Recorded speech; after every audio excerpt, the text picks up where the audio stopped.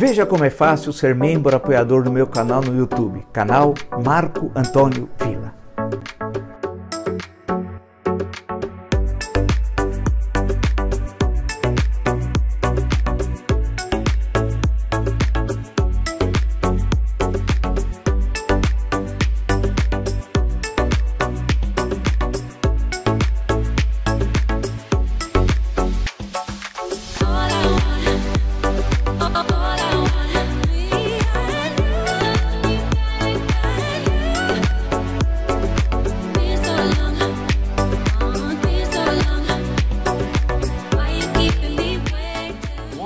Começando o nosso encontro de hoje, agradeço 657 mil inscritos no meu canal e a 120 milhões de visualizações. Muito obrigado mesmo. Sempre digo que você gosta do canal, do conteúdo, das lives, das entrevistas, da perspectiva que nós temos, analítica, crítica, propositiva, pode indicar o canal a um amigo ou amiga, né? Canal do YouTube, Marco Antônio Villa, diga para ativar o sininho de suas notificações, coloque like no que vocês gostarem, utilize.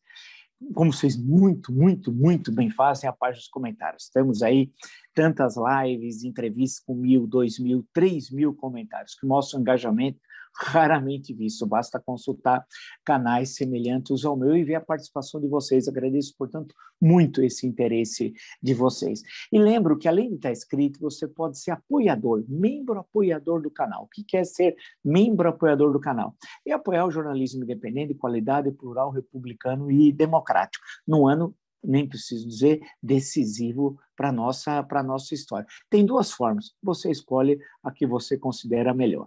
Lembro que no Twitter pode me seguir pelo Villa Marco Villa, no Instagram, @Marco Antônio Villa Oficial, na plataforma de cursos, www.cursodovilla.com.br, temos 3 cursos sendo oferecidos, e no TikTok vocês podem me acompanhar, quando dá tempo a gente vai fazendo postagem no Marco Antônio Villa Oficial. Bem, temos um tema central de hoje, mas eu queria antes passar rapidamente algumas questões que estão no noticiário, tá? Primeiro ponto é uma notícia do Estadão.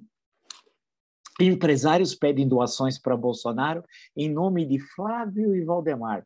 Ruralistas se queixam. Ah, ruralistas, vocês estão imaginando o quê? Vocês estão tratando o quê? Com quem? Com a Branca de Neve e os 7 anões? Estão tratando com criminosos. Quem é Flávio Bolsonaro? Um ladrãozinho, mas comprou uma mansão que ninguém sabe com que dinheiro e como, aquela mansão de chocolate. E o Valdemar da Costa Neto? O cara foi condenado no processo do Mensalão. Quem são vocês para falar em ética, em respeito? O cara foi condenado. Ele dirigiu o partido dele da cadeia, só no Brasil. Então, essa campanha registra, como a de 2014, eu escrevi até o livro, tem um livro sobre a campanha de 14, a eleição mais suja da história e mais cara, né? Foi a eleição do Petrolão. Essa daqui, os arrecadadores bolsonaristas vão ficar bilionários, né? E Flávio e Valdemar vão estar cheios de grana. Portanto, entregue dinheiro a eles, sim. Façam isso, vocês estão de parabéns, vocês são fantásticos, tá bom? Um ponto agora, voltando à política Brasil e política internacional, o Brasil fica fora da lista de países hostis à Rússia, que é uma bobagem, que não vai ter efeito nenhum. Feito pelo Putin, isso daí ao zero é a mesma coisa. Só para registrar que é uma bobagem, que é capaz do Bolsonaro e sua quadrilha achar que isso tem algum tipo de vantagem, né? Agora, aí sim, isso é uma questão séria, a posição tomada agora pelo Putin, né? O presidente da Rússia, né, como é conhecido, a lista de condições para ele encerrar a guerra na Ucrânia. É um verdadeiro absurdo. Ele quer que haja o reconhecimento da anexação da Crimeia, que é um fato de 2014, da região de Donbass, que são as 2 regiões separatistas, né, ali em Donbass, e quer também alteração, tudo isso estando na Constituição ucraniana, a rendição militar e a neutralidade, ou seja, que o país não entrasse na OTAN, por exemplo, né, e não fizesse parte da União Europeia, que são coisas absolutamente distintas. A OTAN é uma organização militar, né, e a União Europeia é outra coisa. Vários países fazem parte da União Europeia e não estão na OTAN, né, e vice-versa. Portanto, é um verdadeiro absurdo. Se tiver todas essas pequenas condições, ele encerra a guerra. E mostrando que ele é magnânimo, ele diz que o Zelensky pode continuar como presidente da Ucrânia. Evidentemente, isso daqui somente vai agravar ainda mais a crise, né? A guerra, não é uma crise, é uma guerra. Em termos de infraestrutura, a Ucrânia já perdeu, segundo estimativas, 10 bilhões de dólares. 10 bilhões de dólares em termos de infraestrutura até agora. Já está o número de refugiados se aproximando a quase de 2 milhões, chegando próximo de 2 milhões de pessoas. Alguns estimam, se o conflito continuar, o que parece ser, infelizmente, a tendência, pode chegar a 4 milhões de refugiados e um deslocamento que não se via na Europa em tão curto espaço de tempo desde 1945, deslocamento de refugiados em tendas. Portanto, a situação é gravíssima, né, que nós estamos aí assistindo, e a tendência é a continuidade da guerra. E eu temo que Kiev, a capital, tem 3 milhões de habitantes, vocês imaginam um bombardeio de Kiev, né? Logo nós teremos manchetes, Kiev em chamas, né? Não é fácil, portanto, a situação que está vivendo. Por outro lado, na Rússia tem surgido, isso é um fato interessante, movimentos de oposição, já teria de 2.000 a 3.000 presos dessas manifestações de rua, intelectuais se manifestando. Em suma, o isolamento do Putin é cada vez maior, como nós falamos aqui, o isolamento cada vez maior, e o papel da China, como nós dissemos, e fomos o primeiro lugar, viu? Lá atrás, a dizer que a China seria o seu primeiro teste como superpotência mundial, né? E a China é que vai ter de estabelecer essa busca da paz, direta ou indiretamente, ou direta, buscando uma reunião, que agora vai ter uma nova reunião, vai ser na Turquia, né? Ou buscando uma reunião em que ela tem alguma participação direta ou indiretamente, convencendo ou forçando, como vocês preferirem, o presidente Putin a parar com a guerra, né? Estabelecer um cessar-fogo, que seria o primeiro caminho, e depois aceitar algum tipo de negociação. A grande questão é que essas exigências do Putin ou vão transformá-lo na Rússia como vencedor, hein? Se aceita a incorporação da Crimeia, 2014. Isso não deve ser um grande problema, acho eu. O que não dá é as regiões de Donbass separatista. O que não dá também é a questão da neutralidade. E o que envolve também que é uma questão lá seríssima, né, que envolve a questão da não participação na OTAN e na União Europeia, que são coisas totalmente diferentes. A neutralidade leva à não participação na OTAN, que é uma aliança militar. Agora, não tem nada a ver com a União Europeia, que é uma articulação, inicialmente foi econômica, lá no antigo mercado comum europeu, e hoje econômica e política. E quem faz parte da União Europeia, não necessariamente, inclusive, faz parte da zona do euro, como nós também sabemos. E esse conjunto de exigências, né, certamente é quase que impossível de ser aceita pelo governo ucraniano, né, nesse momento. E claro que aí o Putin vai exercer toda a pressão militar possível, né, que vai exigir também a rendição ucraniana. Então, a tragédia humanitária, infelizmente, a tendência é que ela aumente, que ela cresça. Infelizmente, aumentando o número de refugiados, o número de mortes, já vimos cenas terríveis, e a destruição da infraestrutura, que até o momento, como disse, já atingiu, segundo as estimativas, 10 bilhões de dólares. Imagina a Ucrânia, como é que ela vai se reconstruir, ela que já tinha uma situação econômica bastante desfavorável. Vamos ver agora se a União Europeia, o Parlamento Europeu, porque foi solicitado ao Parlamento Europeu a entrada da Ucrânia na União Europeia. Vamos aguardar, vamos ver qual vai ser a decisão. Agora, evidentemente que o Putin joga muito para chegar a um ponto intermediário. Pode ser que o ponto intermediário seja a Crimeia e a região de Donbass, né? Ou seja, a incorporação ao território. A Crimeia já está incorporada desde 2014, mas a região de Donbass, se é que ele não vai articular também a região entre Donbass, chegando até a Crimeia, buscando um corredor que chegue até a Crimeia. Vamos ver agora o que vai acontecer. Até o momento, em termos militares, a Ucrânia está isolada, está sozinha, né?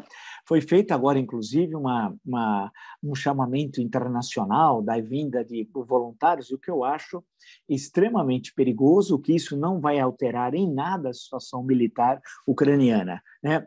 Ao contrário, o que ela precisa é de equipamentos, é de armamentos e de apoio político diplomático, né? Menos discurso e mais ação. Agora, essas questões que são tristes, são graves e que nós estamos assistindo por aí mostram que é uma guerra, que muita gente no Brasil não sabe que é uma guerra. O último conflito que o Brasil participou, um conflito aqui na América do Sul, né, foi a longa Guerra do Paraguai, de 1864 até 1870, até a morte lá em 1º de abril de 1870, na Batalha de Cerro Corá, a morte de Solano Lopes. Vocês sabem, claro, nós já fizemos referência à FEB, a participação da Força Expedicionária Brasileira na Itália, mais um conflito realmente que o Brasil viu o custo, que foi mais do que o custo financeiro, o custo de vidas, né, e a longevidade do conflito foi a Guerra do Paraguai. E, portanto, nós estamos há muito tempo, há mais de 150 anos, sem uma guerra. E é importante que nós fiquemos sem nenhuma guerra, né? Mas muitos no Brasil têm essa mania de avermelhar, ensanguentar a história do Brasil, né? É comum na linguagem do senso comum dessas pessoas, do tiozão do WhatsApp, tiozão do churrasco, falar precisa de sangue no Brasil para ver a importância disso, daquilo. Precisa de sangue, coisa alguma. O que nós precisamos é de democracia. Então, vamos lá à questão democrática. O centro, claro, da nossa conversa de hoje é justamente o Arthur Duval, o Mamãe Falei, que muita gente nem sabia que ele existia. Hoje ele foi notícia no The Guardian, na Inglaterra, foi notícia também na Ucrânia, foi notícia na Europa. Em suma, hoje ele virou uma personalidade, teve os 15 minutos de fama, né? Só que é uma fama não muito boa a ele, né? Muito pelo contrário, tudo que foi revelado. Agora, eu justamente coloquei como título da nossa conversa de hoje o que ensina o caso Arthur Duval, aquele das mulheres fáceis porque são pobres.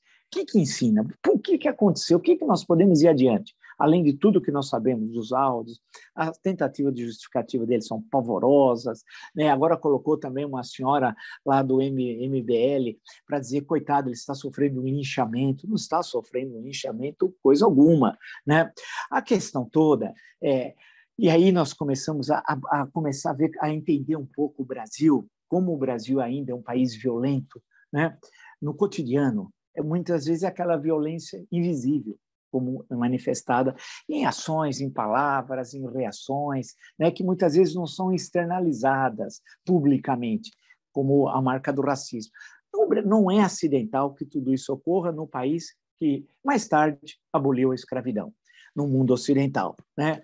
A 13 de maio de 1888. Aquela estrutura, aquela sociedade que se formou no século XVI, passou o século XVII, século XVIII, e foi até o final do século XIX, a escravidão moldou não a relação só do modo de produção, como diria o Gorender lá, num clássico, né? O modo de produção escravista colonial. Foi mais ainda do que isso. Isso adentrou a sociedade, aos valores da sociedade, ao cotidiano, a aceitação de práticas que não são impossíveis de existir e coexistir numa sociedade democrática, né? A noção de que nós pertencemos ao mesmo país e que temos um destino comum, ela foi se esvaindo. Essa construção, e é uma construção, mas também é um fato histórico, ela teve presente especialmente a partir da Revolução de 30, né? De toda a construção e do desenvolvimento econômico brasileiro, essa noção de pertencimento. Ela foi se esvaindo no final do século passado, do século XX, e mais ainda no século XXI. Ficou uma história de cada um para si, né? E nem concluindo, e Deus para todos. Não, cada um para si. Eu me importo com a minha vida, eu quero saber de mim, o resto que se lixe. Não estou nem aí com as questões da sociedade, eu quero ver as questões do indivíduo, né? E esse próprio Arthur Duval reforça isso nos áudios. Vocês observam, e depois na justificativa que ele fez aqui numa entrevista desastrosa no aeroporto de Guarulhos. Então, essa noção de que o que importa sou eu, e não a sociedade, que era algo que estava incorporado no Brasil a partir dos anos 30, paulatinamente, num avanço, mas muito lento, mas um avanço, é oposto do que nós assistimos no final do século passado, século XX, e nesse século. E aí é interessante que isso foi mistificado, ou foi encoberto, melhor dizendo, por um discurso supostamente liberal, mas não é o liberalismo social, a perspectiva de Stuart Mill, nada disso. É o liberalismo selvagem, é uma espécie de darwinismo social. Né? Lembra um pouco o final do século XIX, só sobrevivem os mais aptos. Né? Aquela leitura do Darwin, A Origem das Espécies, foi lida também, entre aspas, socialmente. Isso está muito presente no final do século XIX. Se vocês olharem poemas clássicos, como o Fardo, do Kipling, por exemplo, o Fardo do Homem Branco, né? Se referindo como que a Inglaterra tinha um fardo que ela carregava, que era levar a civilização para a África e para a Ásia. Tal. Não era que explorava a África e a Ásia, ao contrário, ela estava levando a civilização e convertendo a barbárie em civilização e sofrendo com isso, esse fardo do homem branco. Tem um poema bastante conhecido do Kipling sobre isso. Kipling é um escritor bastante conhecido em inglês, né? Vocês já devem ter vários livros traduzidos no Brasil, Kim, etc, etc, etc. Mas esse darwinismo social renasceu no Brasil e num momento de fracassos econômicos, anos 90, e as 2 primeiras décadas desse século. Nós tivemos um crescimento, mas é de voo de galinha. Se nós olharmos a primeira década desse século, é muito baixo o crescimento, dá um médio que 3,5% crescimento do PIB. E depois uma segunda década pavorosa, horrorosa. Nós tivemos um triênio horrível, 2014, 2015, 2016, uma recuperação. Que recuperação? Um crescimento positivo, pífio, em 2017, 2018, idem em 2019, né? Portanto, um triênio de crescimento positivo baixíssimo, que não recuperou o desastre do triênio anterior, e depois tivemos a pandemia, né?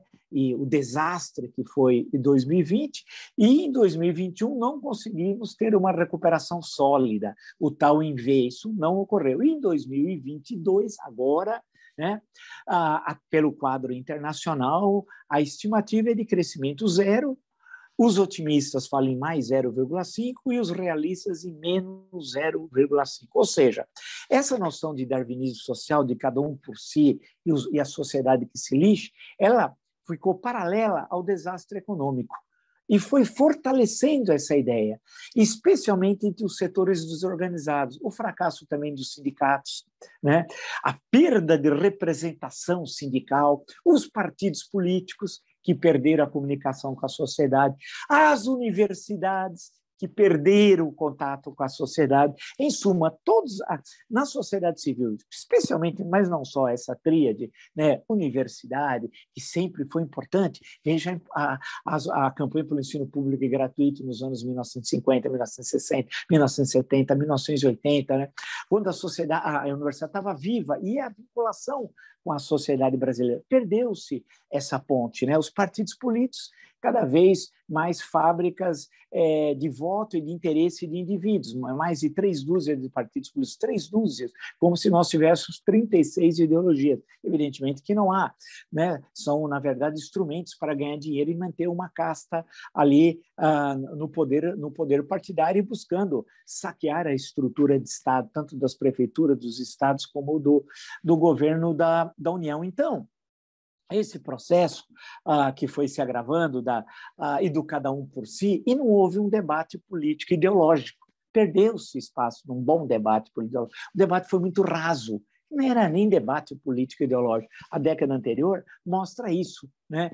Então, nós chegamos a uma situação agora que, quando esse deputado dá essas declarações, né, e tenta justificar e fica pior ainda, é produto desse darwinismo social. Ele não consegue ter a noção de pertencimento, ele não se sente partícipe de uma pátria, de um país que tem um destino, que tem 213 milhões de habitantes. Não, sou eu e acabou. Por isso que eles são contra a legislação trabalhista, contra a presença do Estado na sociedade, na economia, questões sociais, todas as políticas de inclusão, eles são radicalmente contra.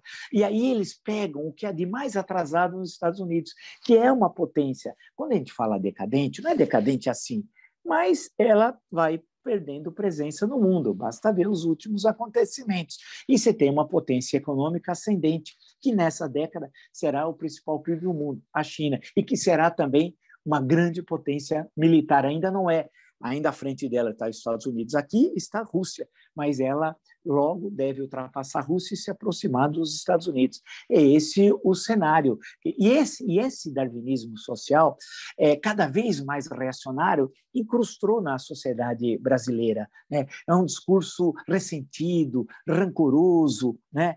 De desumanização. Isso é básico, desumanização. E a questão religiosa, isso que é interessante, ajudou a desumanizar. Ajudou a barbárie, não a civilização, não a dignidade humana, mas o oposto. Isso dá uma boa discussão, um bom trabalho antropológico. Né? Quando você tem a presença dos evangélicos na política e a leitura religiosa dos falsos pastores, eu não estou me referindo a todos, evidente, e nem a todos evangélicos, né? Mas ajudou a desumanizar, colocou a salvação como uma questão individual. Não há questão do coletivo, há do indivíduo. Eu me salvei, eu ouvi Jesus, eu me libertei. Eles falam isso toda hora, já estão cansados de ouvir, né? Então, houve uma junção desse darwinismo social reacionário com raízes, depois do nazifascismo do século XX, que aprofunda isso, né? Com essa religiosidade do eu, né? E não do nós. Né, da primeira pessoa do singular e não da primeira pessoa do plural. E a dignidade humana foi desaparecendo. Eu gosto de ver plásticos no carro dizendo assim, esse carro é propriedade de Jesus. Pô, quer dizer que Jesus é proprietário de um carro? Né? Aí você fala assim, a pessoa não entendeu nada. Mas você fala assim, é compreensível que ele diz isso, porque o falso pastor identifica a ascensão, se é que aquele carro representa a ascensão, mas tudo bem, social do indivíduo, não existe o nós, não existe mais o coletivo. E isso aqui no Brasil foi se aprofundando, porque não houve também contra-discursos, no plural, né? O trabalho contrário. Né? E esse ataque sistemático aos direitos humanos, isso vem especialmente desde os anos 80, e o Paulo Maluf, em São Paulo, simbolizou isso. Muito bem, atacando Dom Paulo Evaristo Arnes. Dom Paulo Evaristo Arnes é uma pessoa fantástica da nossa história. A Comissão de Justiça e Paz, criada aqui na Arquidiocese de São Paulo, que depois foi destruída pelo João Paulo I, a sua estrutura territorial, né? Foi fundamental a Comissão de Justiça e Paz para proteger todo aquele momento de repressão, de censura, de violência, de prisões arbitrárias, de tortura, de assassinatos, de desaparecimentos. O Dom Paulo foi uma grande figura, uma voz corajosa e de defesa dos direitos humanos. E os torturadores, do qual o Bolsonaro é sócio, Bolsonaro é um torturador, é um assassino, é um ladrão, que viola os princípios constitucionais, a dignidade humana. Não custa lembrar que o artigo 3º da Constituição diz, o caput do artigo 1º, perdão, a República Federativa do Brasil, formada pela união indissolúvel dos estados e municípios do Distrito Federal, constitui-se em Estado democrático de direito e tem como fundamentos, aí sim, são 5 incisos. O primeiro, soberania, o segundo, cidadania, o terceiro, que é o que nos interessa agora, a dignidade da pessoa humana. Isso aqui foi uma vitória, essa carta, se nós compararmos com a Emenda Constitucional número 1 de 69, a Constituição de 67, a Constituição de 46, a Constituição de 37, nem se fala, a Constituição de 34, a Constituição de 1891, ou a Constituição da escravidão, a Constituição de 1824, do Império Brasileiro. Né? E o Dom Paulo lutou muito contra isso, e foi muito atacado. E inúmeros padres, bispos, cardeais que tiveram, né, papel, eu lembro do Dom Hipólito, agora muitos foram sequestrados, o tentativa de humilhação aqui em São Paulo, com o professor Dr. Dalmo Dall'Aria, aconteceram as coisas mais pavorosas. Então, você teve todo um discurso contra os direitos humanos. E é falado, eu ouvi muito, até esses dias, eu não sou a favor dos direitos humanos, eu quero os humanos direitos. E isso foi externalizada pelo Maluf todo santo dia, quando governou São Paulo, imposto pela ditadura entre 1979 e 1982. Né? E aí, esse discurso, a rota na rua simboliza muito essa política de direitos humanos, de contra os direitos humanos, contra a dignidade humana, e sempre aquela violência que se refletia também na esfera doméstica, na relação entre homens e mulheres. Né? Isso ficou muito presente na ditadura, e o malufismo fez. E os programas policialescos sempre fortaleceram muito esse ataque aos direitos humanos, à dignidade humana, como está na Constituição. Juntando com isso, num país machista, basta ver a representação parlamentar de mulheres na Câmara Municipal, só estou falando do Legislativo, não vou nem entrar no Executivo, nas câmaras municipais, nas assembleias estaduais e no Congresso Nacional. O México, que é um país, se não for um país muito machista, eu digo isso porque eu estudei lá e vi coisas incríveis, né? Para o México, hoje você tem uma paridade. Né? Basta ver quantas ministras estão lá no ministério do López Obrador, Andrés Manuel López Obrador, que é o presidente do México. Aqui é uma coisa inacreditável. Quer dizer, a fala desse deputado, desse Arthur Duval, também está marcada por isso, por um país machista. E que mostra esse machismo também, mas não só, porque a violência doméstica é um negócio tenebroso, estupro, os dados são de arrepiar os cabelos, né? O feminicídio, de um país que começou a considerar tudo isso absolutamente natural. Juntando, veja a bomba que está, tudo que eu falei, o darwinismo social, o nazifascismo, bolsonarismo, a crise econômica, o reacionarismo, o ódio à cultura, né? O ressentimento, e de uma faixa da população que eu chamaria de pequena burguesia e frações, especialmente das classes médias, que representa a boa parte da população brasileira, que busca ter algum tipo de participação política mesmo, porque nós sabemos que a maior parte são os pobres, mas isso não consegue se construir como, não vou falar alternativa de poder, que é exagero, mas de terem uma ação autônoma na política. Tem dificuldades, né? As eleições custam caro, etc. Então, quem tem representação é essa fração, uma pequena burguesia ascendente e diversas frações aqui das classes médias, e que foram incorporando tudo isso que eu falei, esse discurso reacionário. Né? E o sofrimento humano foi sempre desqualificado, foi ironizado, desprezado. Quando esse Arthur Duval falou do Padre Júlio, que ele era um cafetão da miséria, porque ele levava comida ali na região central, na Cracolândia, ele queria proibir que fosse levado comida. E o Padre Júlio Lancelotti falou, nem em guerra você faz isso com os inimigos, que são presos, os soldados, né? Nem em guerra. E ele queria, ser Arthur Duval, que fizesse aqui entre nós, entre brasileiros e brasileiras, na maior cidade da América do Sul, a cidade que tem o maior PIB, a cidade mais rica no conjunto, não estou falando de renda per capita, né? É inacreditável. E ele falou isso na boa. E recebeu quantas pessoas criticaram um ou outro. A maior parte achou assim, que direitos humanos? E os meus humanos direitos? Humanos direitos é o ódio que eles têm à pobreza, à miséria. Eles queriam matar todos. Também está muito presente isso, matar, o higienismo, né? Essa visão de cidade higiênica, né? De destruir, aí o higienismo social, não na questão da saúde pública, não, estou falando, apontando ali, de destruir, de acabar com os miseráveis, e ter ódio, né? E isso foi ficando, essa coisa asquerosa, sem noção de pertencimento, de conviver com o sofrimento humano, muito presente aqui. E também, aí é interessante, estava na campanha de 2018, né? Eu lembro que várias deputadas e deputadas, tanto a estadual como federal, falavam, eu não sou feminista, eu sou feminina, dizia. Né? E atacavam o que se considera o feminismo, mas que tem uma longa história, ou no mundo ocidental, ou aqui no Brasil. E diziam, eu sou feminista. E tem uma bolsonarista, ainda que tem um curso de antifeminismo. E tem concessionários de rádio e TV que propagam tudo isso. Volto a dizer a necessidade do parlamento eleito agora em outubro, que toma posse em fevereiro, se debruçar sobre as concessões de rádio e TV. nós precisamos reeducar na cultura democrática, na cultura constitucional o povo brasileiro. E isso depende de novas formas de concessões. Não é censura, não é controle social da mídia, não. É ter esses instrumentos para sedimentar, enraizar a Constituição.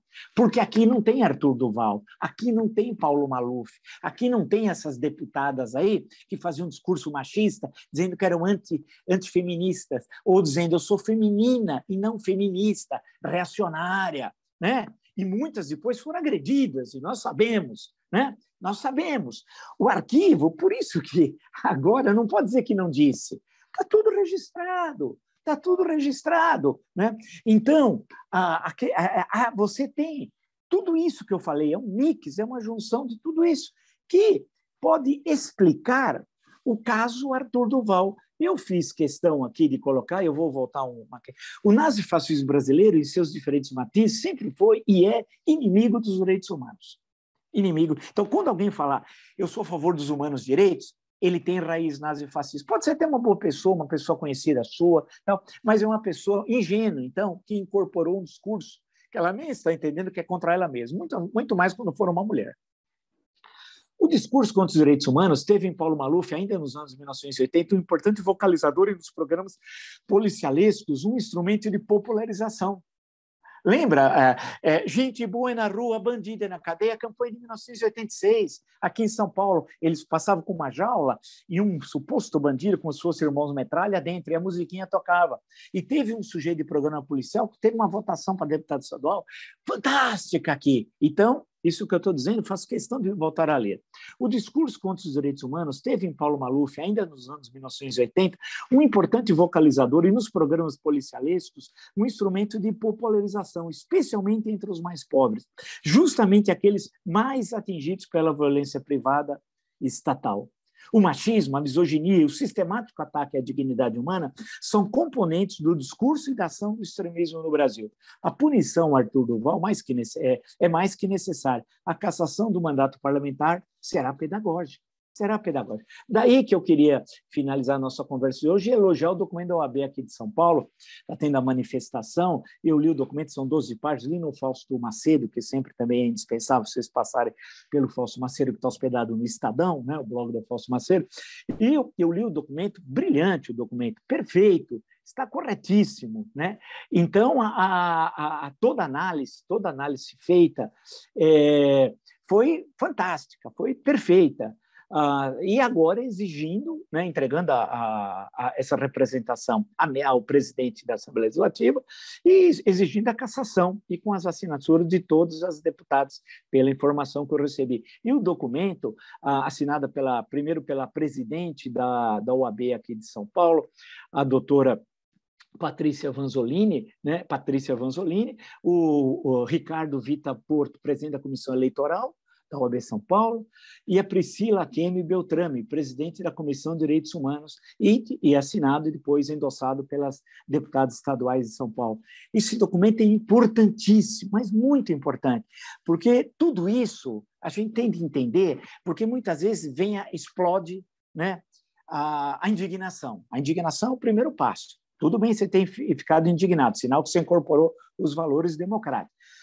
O segundo passo é a compreensão. Por que isso ocorreu? Não é o porquê no sentido de passar a mão na cabeça, não, de compreensão histórica.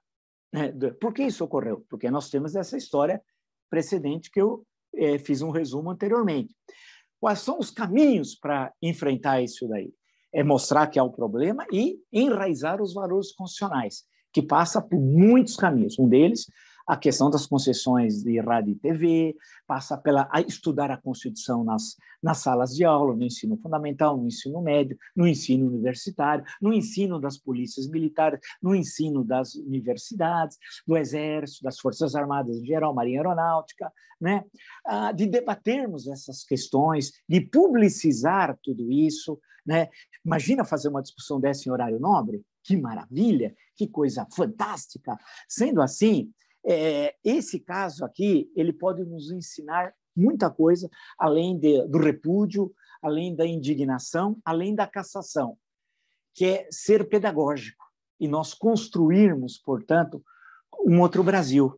porque esse externo, os embates econômicos, a crise econômica, as dificuldades nacionais, as dificuldades do processo eleitoral de 18, tudo isso, e nós pensarmos, faça isso, tenha isso com você, com seus amigos, seus familiares, seus conhecidos, no seu local de trabalho, em suma, pensar agora na eleição de 2 de outubro, isso é importantíssimo, viu? Você no Brasil inteiro, né, já que essa é uma questão toda nossa, né, de olhar, de pensar, a gente precisa saber o que pensa o deputado estadual, que é a eleição, o deputado federal, o senador vai ser renovar 1/3, o que eles pensam sobre essas questões. E nós precisamos ter uma legislação e uma ação muito grande, e uma ação pedagógica, isso que é essencial, né? Para que coisas como essa, e hoje esse deputado virou notícia no mundo inteiro. E ao virar o deputado notícia, o Brasil é notícia no mundo inteiro. Como é alguém que foi o segundo mais votado no estado de São Paulo para deputado estadual. Algo de errado com ele?